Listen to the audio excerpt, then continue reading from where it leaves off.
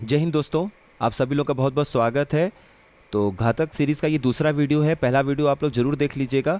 वो 2013 के आरओ के बहुत सारे क्वेश्चंस का मिक्स्ड आपको वहाँ पर देखने को मिलेगा। अब हम लोग टॉपिक वाइज आगे बढ़ेंगे, क्योंकि बहुत सारे आप लोगों में से जो कैंडिडेट्स हैं उनका यही कहना है कि टॉपिक वाइज हम लोग कवर करें चीज़ों को तो ज़्यादा सही रहता है। तो फिलहाल हम लोग साइंस के साथ शुरुआत करेंगे। बायोलॉजी के बाद केमिस्ट्री और कुछ इंपॉर्टेंट चैप्टर्स और क्वेश्चंस फिजिक्स के देख लेंगे हम लोग। साइंस के बाद उसके बाद हम लोग फिर आगे हिस्ट्री है, पॉलिटी है, ज्योग्राफी है, टॉपिक वाइज हम लोग आगे बढ़ेंगे। तो सबसे पहले हम लोग बायोलॉजी के साथ शुरू करते हैं, और जो मोस्ट इंपॉर्टेंट चैप्टर्स हैं या जो टॉपिक है वो आप लोगों को एक वीडियो में बताया जा चुका है 1-2 दिन पहले का, तो वहाँ से आप लोग नोट कर लीजिएगा। और पीडीएफ जो है वो आप लोग ग्रुप ज्वाइन कर लीजिएगा। डिस्क्रिप्शन बॉक्स में लिंक है जीएसएन करंट वॉरियर का, वहाँ से आपको पीडीएफ सारी फ्री में मिल जाती हैं। आज हम लोग प्रोटीन पढ़ेंगे और विटामिन्स के कुछ इंपॉर्टेंट क्वेश्चंस और कुछ कॉन्सेप्ट हम लोग देखेंगे। और अगला जो वीडियो होगा उसमें विटामिन्स को और गहराई से पढ़ेंगे और उससे होने वाले जो रोग हैं उसकी तरफ बढ़ेंगे। और फिर हम लोग मानव रोग की तरफ, ह्यूमन डिजीज़ बाकी जो होते हैं, वायरस, जीवाणु, विषाणु, बैक्टीरिया, वायरस, उन सब की वजह से जो भी रोग होते हैं, प्रोटोजोआ, फंगस, उसमें हम लोग एंट्री करेंगे।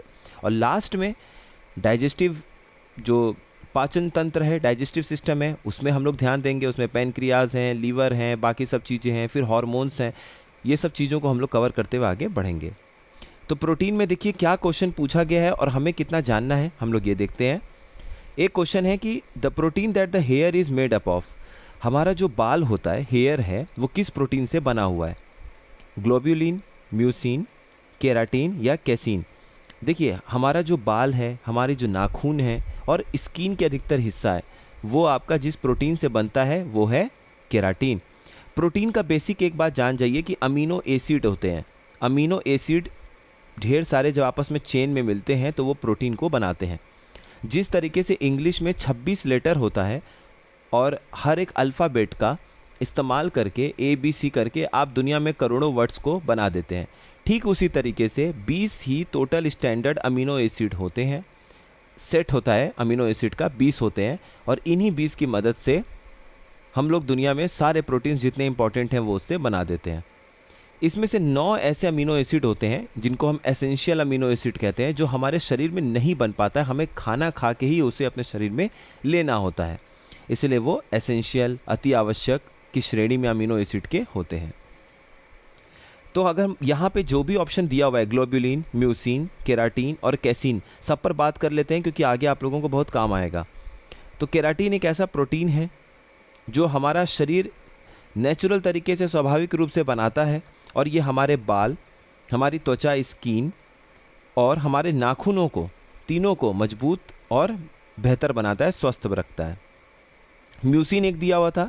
म्यूसिन देखिए क्या है, म्यूसिन एक तरह का प्रोटीन है, ग्लाइसोलेटेड और हाईली मॉलिक्यूलर वेट ग्लाइकोप्रोटीन है। जो आपका म्यूकस होता है वो म्यूकस इस म्यूसिन प्रोटीन को बनाता है। हमारे जितने मुख्य तौर पे अंग हैं, खास तौर पे जैसे डाइजेस्टिव सिस्टम है, यूरिनरी ट्रैक्ट है, हर जगह एक लेयर होती है, आप समझ लीजिए। वो लेयर क्या करता है, एक ऐसे हल्का हल्का लिक्विड जैसा चीज़ों को बनाता है और वो म्यूकस कहलाता है। म्यूकस जो है इस म्यूसिन प्रोटीन को बनाता है, जिसका काम क्या होता है, जिसका अलग अलग काम है। कभी जैसे पेट की बात कर लें, आमाशय की बात कर लें, तो उसमें स्टमक में क्या होता है, म्यूकस की एक लेयर होती है। तो जो एसिड हमारे पेट में बनता है, HCl बनता है, उसका पीएच मान जो है, पीएच वैल्यू, वो 1.3 और ये 2.1 इस तरीके से होता है। मान लीजिए ज़्यादा एसिडिक हो गया तो 1.3, वरना 2.2, 2.1 के आसपास होता है। अगर ये अम्ल आपके हाथों पे गिर जाए तो हाथ जला सकता है बुरी तरीके से। तो इस हिसाब से हमारा पेट में आमाशय जो है, स्टमक है, वो क्यों नहीं जलता है जब एसिड रोज़ का रोज़ बनता है खाना खाने के बाद? तो यही म्यूकस की एक परत होती है, लेयर होती है हमारे स्टमक के अंदर, जो हमारे पेट के आंतरिक हिस्सों को जलने से बचाता है। और यही म्यूकस की जो लेयर है, परत है, ये कहीं कहीं कमज़ोर हो जाती है या हल्की पड़ जाती है, तो वही वो घाव हो जाता है। और जो घाव होता है उसे हम लोग अल्सर कहते हैं, और अल्सर अगर समय से नहीं ठीक हुआ तो स्टमक कैंसर का रूप वो धारण कर लेता है। ग्लोब्यूलिन्स क्या है? ग्लोब्यूलिन्स जो है हमारे खून में पाए जाने वाले कई सारे प्रोटीन्स का एक समूह है। कुछ ऐसे ग्लोब्यूलिन्स हैं जो लीवर बनाता है, यकृत उनको बनाता है। कुछ ऐसे हैं जो हमारे शरीर के इम्यून सिस्टम, जो प्रतिरक्षा तंत्र है वो उसे बनाता है। और इनका इम्पॉर्टेंट रोल होता है किडनी और लीवर यानी कि यकृत के काम में। खून का थक्का जब जमाते हैं, ब्लड क्लॉटिंग, देखिए इसमें विटामिन के का भी बहुत इंपॉर्टेंट रोल होता है, क्योंकि आगे हम पढ़ेंगे विटामिन में कि ब्लड क्लॉटिंग जो रक्त का थक्का जमाया जाता है उसमें विटामिन के का बहुत इंपॉर्टेंट रोल है, क्योंकि वो ऐसे प्रोटीन बनाता है जो रक्त का थक्का यानी कि ब्लड क्लॉटिंग में मदद करता है और इन्फेक्शन से लड़ने के लिए भी ये काम आता है। तो ग्लोबुलिन बहुत इंपॉर्टेंट एक प्रोटीन है, कई सारे प्रोटीन का एक समूह है। कैसीन, देखिए जब भी हम लोग बात करेंगे कैसीन का, तो कैसीन जो है वो मिल्क प्रोटीन है, मतलब दूध में पाए जाने वाला एक तरह का प्रोटीन है। इसी कैसीन की वजह से दूध आपको वाइट कलर का दिखता है, और अगर कैरोटीन मौजूद होगा जो कि विटामिन ए का एक इंपॉर्टेंट सोर्स है, तो वो दूध को पीला बना देता है। इसलिए गाय का दूध विटामिन ए की नज़र से बहुत इंपॉर्टेंट है, और पीला रंग उसमें आपको येलोइश वाइट, वो जो पीला रंग हल्का सा आपको दिखता है गाय के दूध में, वो कैरोटीन की ही वजह से होता है। और सफ़ेद रंग किसकी वजह से दिख रहा है? कैसीन की वजह से। इसीलिए आरओ का एक क्वेश्चन हम लोग आगे देखेंगे, उससे बहुत आसान हो जाएगा आपको सॉल्व करना कि अगर दूध येलोइश वाइट, अगर क्या मतलब गाय का दूध येलोइश वाइट कलर का आपको दिखता है, हल्के से पीले सफ़ेद रंग में दिखता है, तो उसके पीछे का कारण क्या है? उसके पीछे का कारण है कैसीन कैरोटीन का मौजूद होना, क्योंकि कैसीन है तो सफ़ेद दूध दिख रहा है, कैरोटीन है तो पीला दूध दिखेगा आपको। और इसका और भी क्या फ़ायदा है? देखिए कैसीन का फ़ायदा क्या क्या है। कैसीन मसल को बनाने में, मसल को बिल्ड करने में काम करता है, मांसपेशियों को मजबूत बनाने में, उनके निर्माण में आवश्यक है कैसीन। उसके बाद जो हमारा पाचन क्रिया है, डाइजेशन है, उसको स्लो कर देता है, ताकि हमें ऐसा लगे कि पेट भरा हुआ है, तुरंत भूख ना लगे। मतलब खाना खाने के बाद हमें या दूध पीने के बाद हमें एहसास हो कि हाँ हमारा पेट भरा हुआ है। वो क्यों? क्योंकि दूध में जो कैसीन है वो केवल वाइट कलर नहीं दे रहा है दूध को, बल्कि जब वो आपकी आमाशय स्टमक में जा रहा है तो वो डाइजेशन को स्लो कर दिया है, और धीरे धीरे खाना डाइजेस्ट हो रहा है, इस्तेमाल हो रहा है। इससे आपको तुरंत भूख नहीं लगेगी। इसलिए फ्रूट खाइए, आधे घंटे के अंदर डाइजेस्ट हो जाता है, तो आपको तुरंत 1 घंटे के बाद, 1.5 घंटे के बाद दोबारा से भूख लग जाती है। बस दूध पीजिए तो काफ़ी देर तक आपको भूख नहीं लगेगा। उसका कारण ही यही होता है, क्योंकि वो पेट में जाने के बाद, आमाशय में जाने के बाद, स्टमक में जाने के बाद डाइजेशन को स्लो कर देता है। एक और इसका फ़ायदा है, जो मसल है उसको टूटने नहीं देता है। तो मसल का निर्माण तो करता ही करता है कैसीन, लेकिन साथ में मसल को टूटने भी नहीं देता है। अब यहाँ से क्वेश्चन देखिए, white colour of the milk is due to the presence of, दूध अगर सफ़ेद रंग का है तो किसकी मौजूदगी की वजह से है? अब यहाँ पर आंसर आपको मिल गया होगा, कैसीन। अच्छा, यहाँ पर देखिए एक लैक्टोज आपको देखने को मिल रहा है। लैक्टोज क्या है? ये मिल्क शुगर है। दूध में जो हल्की सी मिठास होती है, वो जो चीनी उसमें मौजूद होता है, वो है लैक्टोज। तो लैक्टोज दूध में पाया जाने वाला शुगर है। ये सिर्फ दूध में ही मिलता है। दूध में पाया जाने वाला जो शुगर है वो आपका क्या है? लैक्टोज। और फल आप खाते हैं फ्रूट, तो एफ से फ्रूट, एफ से फ्रक्टोज। वहाँ पर जो आपको फ्रूट में शुगर मिलता है, मीठापन नज़र आता है, वहाँ चीनी थोड़ी घुला होता है, तो वो जो चीनीपन वाला जैसा मिठास आपको समझ में आता है, वो किसकी वजह से होता है? फ्रक्टोज की वजह से। आगे देखिए, ये कैरोटीन ही है दूध में, गाय के दूध में, जो उसको हल्का सा पीला रंग प्रदान करता है। अब ये क्वेश्चन आरओ 2014 का है। अब इसके पहले ये जो क्वेश्चन था आपका कि दूध जो सफ़ेद रंग का है वो किसकी वजह से है, ये जहाँ तक क्वेश्चन है यूपीपीसीएस प्री 2012 का है। तो 2 साल के बाद उसमें उन्होंने थोड़ा सा चेंज कर दिया। जो उस क्वेश्चन को गहराई से एनालाइज किया होगा वो ये क्वेश्चन भी सॉल्व कर लेगा। तो इसीलिए पीवाईक्यू को देखना बहुत ज़रूरी है और अच्छे से पढ़ना बहुत ज़रूरी है। काऊ मिल्क जो है वो येलो रंग का और येलोइश वाइट रंग का है। क्यों? क्योंकि वाइट रंग कैसीन की वजह से है। अलग अलग तोड़ लीजिए। और जो येलो कलर है वो किसकी वजह से होता है? कैरोटीन की वजह से। आंसर आपका क्या हो जाएगा? सी। आगे क्वेश्चन देखिए, अल्फा केराटीन इस प्रोटीन, ठीक है, अल्फा केराटीन एक प्रोटीन है जो किस में मौजूद होता है? अल्फा केराटीन एक प्रोटीन है जो आपका 2 जगह मौजूद होता है। कहाँ कहाँ? एक तो स्किन में मौजूद होता है और दूसरा एग्स में भी मौजूद है, अंडे में भी मौजूद होता है और स्किन में भी होता है ये प्रोटीन। अब हम लोग विटामिन और न्यूट्रिशन, विटामिन्स को हम लोग बहुत अच्छे तरीके से पढ़ेंगे। सिर्फ नाम रट लिया, 10 मिनट पढ़ लिया, ऐसे नहीं पढ़ाई करेंगे। बिल्कुल अच्छे तरीके से पढ़ाई करेंगे ताकि और भी नॉलेज जो होगा हम प्रैक्टिकल तरीके से समझते हुए आगे बढ़ेंगे। पहला क्वेश्चन है, दूध, पनीर और अंडे निम्नलिखित में से किस विटामिन के प्रमुख स्रोत हैं या फिर कौन सा विटामिन इनमें पाया जाता है? तो एक तो देखिए विटामिन डी पाया जाएगा और एक विटामिन ए पाया जाएगा, तो राइट आंसर हो जाएगा डी ऑप्शन। याद रखिएगा, एग को, मिल्क को एक कंप्लीट फूड, पूर्ण भोजन की तरह मानते हैं, क्योंकि इसमें विटामिन ए भी मिल रहा है, इसमें विटामिन बी के भी अंश मिल रहे हैं, इसमें विटामिन डी भी मिल रहा है, सिर्फ विटामिन सी नहीं मिल रहा है। विटामिन सी के लिए आपको खट्टे फल, सिट्रस फ्रूट्स को खाना पड़ेगा, नींबू हो गया, संतरा हो गया, ये सब चीज़ें हैं। अब मिल्क वर्सेस एग यॉक, आप ये देखिए, यहाँ पर कुछ चीज़ें हैं जो आपको समझनी पड़ेंगी। आप रमेश हैं और आपके जो दोस्त हैं उनका नाम है बिट्टू। तो बिट्टू जी जो हैं वो एग यॉक लेके आके खाते हैं, और आप जो हैं अंडा नहीं खाते। रमेश जी जो है वो अंडा नहीं खाते हैं। रमेश और बिट्टू जी दो दोस्त हैं, तो रमेश जी जो हैं वो मिल्क पी लेते हैं, दूध पी लेते हैं, और बिट्टू जो हैं वो अंडा खा लेते हैं। अब दोनों लोगों के शरीर में कैसे कैसे चीज़ें जाएंगी, आप ये देखिए। बिट्टू के शरीर में विटामिन ए की मात्रा ज़्यादा होगी। विटामिन ए काफ़ी रिच सोर्स है, किसका? अंडे में मिल रहा है। विटामिन ए भी मिल रहा है, ये ध्यान दीजिए, बहुत ज़्यादा तो नहीं, लेकिन हाँ विटामिन ए जो है वो मौजूद है। दूध में थोड़ा सा कम है, लेकिन अंडे में काफ़ी आपको देखने को मिल रहा है। तो विटामिन ए और विटामिन डी दोनों में मौजूद है, यही क्वेश्चन भी था। अब देखिए कैल्शियम, हाँ कैल्शियम दोनों में मिलेगा।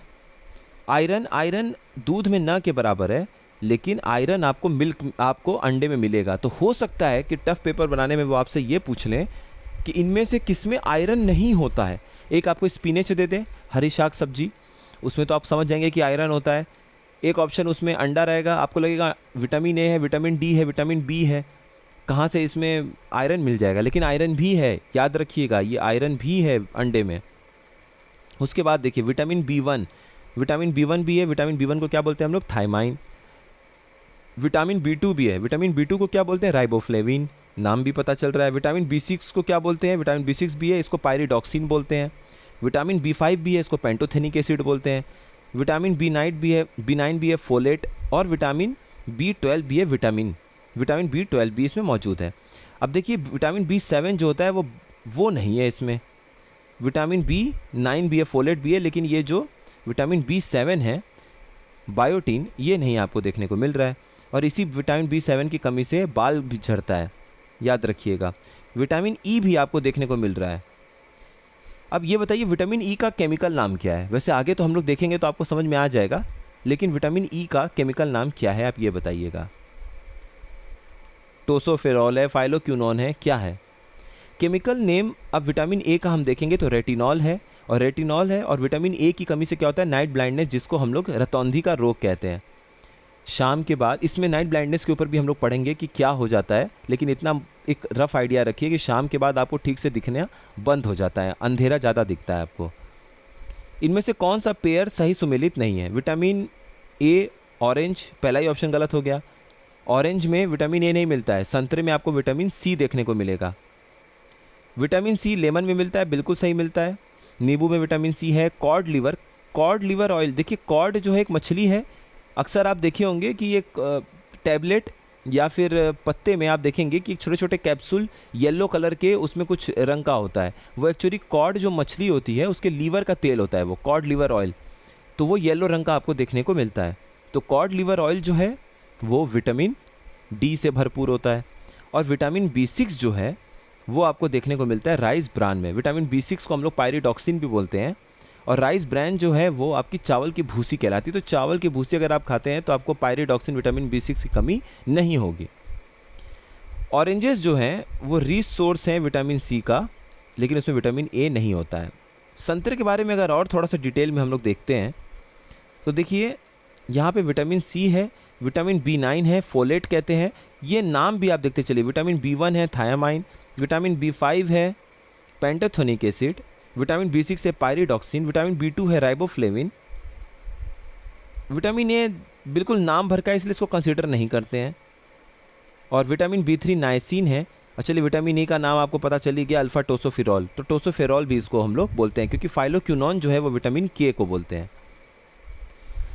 अगला क्वेश्चन, इनमें से कौन सा पेयर सही सुमेलित नहीं है? ये विटामिन है और उसका रिच सोर्स है, प्रमुख स्रोत है। विटामिन B6 राइस ब्रान, अभी हमने देखा ऊपर कि चावल की भूसी, विटामिन B6 जो है वो उसमें काफ़ी रिच सोर्स है। तो ये तो ठीक है। Vitamin B2 cod liver oil, vitamin E wheat germ oil, और विटामिन K जो है अल्फा अल्फा। विटामिन B2 नहीं है कॉड लीवर ऑयल। अभी हमने देखा था विटामिन D का ये प्रमुख सोर्स है, रिच सोर्स है cod liver oil. Cod liver oil जो है वो विटामिन A और विटामिन D दोनों का रिच सोर्स है, प्रमुख स्रोत है। विटामिन K को हम लोग फाइलोक्विनोन कहते हैं। विटामिन K का काम क्या होता है? देखिए विटामिन K जो है कुछ ऐसे प्रोटीन्स को बनाता है जो आपके रक्त के थक्के को जमाने में काम करते हैं, तो ब्लड क्लॉटिंग में काम करते हैं, और साथ ही साथ जो बोन्स हैं, हड्डियां हैं, उनके निर्माण में भी उनके निर्माण में भी विटामिन K की ज़रूरत होती है। तो विटामिन K सिर्फ ऐसे प्रोटीन्स को नहीं बनाते हैं जो कि रक्त के थक्के के लिए काम आता है, बल्कि खून के थक्के को जमाने में तो काम आता ही है, बल्कि साथ ही साथ ब्लड क्लॉटिंग में भी उसका काम आता है। और साथ ही साथ ब्लड क्लॉटिंग में तो काम आता ही है, साथ ही साथ हड्डी का निर्माण जो हो रहा है, बोन्स जो बन रहा है, उसमें भी उसका काम होता है विटामिन K का। अब होता क्या है कि प्रोथ्रोम्बिन है, यही वो विटामिन K पर निर्भर होने वाला एक प्रोटीन है जो जाके फाइब्रिन बनाता है। ऐसे छोटे छोटे आप समझ लीजिए कि चादर जैसे ऐसे सिलता है वो स्किन को, फाइब्रिन तैयार करता है, और यही फिर आप देखेंगे पपड़ी जैसा जम जाएगा और फिर नई स्किन आती है। तो ये इनिशियली जो खून को रोकने का काम होता है फाइब्रिन, वो यही प्रोथ्रोम्बिन की वजह से ही वहाँ पर बनता है। हम लोग इसको थोड़ा सा समझेंगे बाद में। तो प्रोथ्रोम्बिन उस विटामिन K पर निर्भर होने वाला एक प्रोटीन है जो कि खून के थक्के यानी रक्त के थक्के को जमाने के लिए काम आता है। तो विटामिन्स को हम लोग कंटिन्यू करेंगे। विटामिन्स की कमी से जो भी रोग होता है वो देखेंगे, फिर हम लोग ह्यूमन डिजीज़ में एंट्री कर जाएंगे यहाँ से, और उसके बाद आगे जो भी चैप्टर्स हैं उनको कवर करेंगे। कम से कम 5 से 6-7 वीडियोज़ में बायोलॉजी को ठीक से पढ़ के कंप्लीट करने की हम लोग कोशिश करेंगे। आप लोग रेगुलर देखते रहिएगा, पढ़ते रहिएगा। साइंस एक बार कंप्लीट होगा, उसके बाद हम लोग थोड़ा सा नॉर्मल सब्जेक्ट को ले लेंगे, क्योंकि साइंस हेक्टिक है। तो पॉलिटी पे आ जाएंगे, फिर हिस्ट्री पर आ जाएंगे, या हिस्ट्री में कोई एक पार्ट कंप्लीट कर लेंगे, फिर हम लोग पॉलिटी पे, ज्योग्राफी पे इस पर आएंगे। तो आप सभी लोगों का बहुत बहुत धन्यवाद।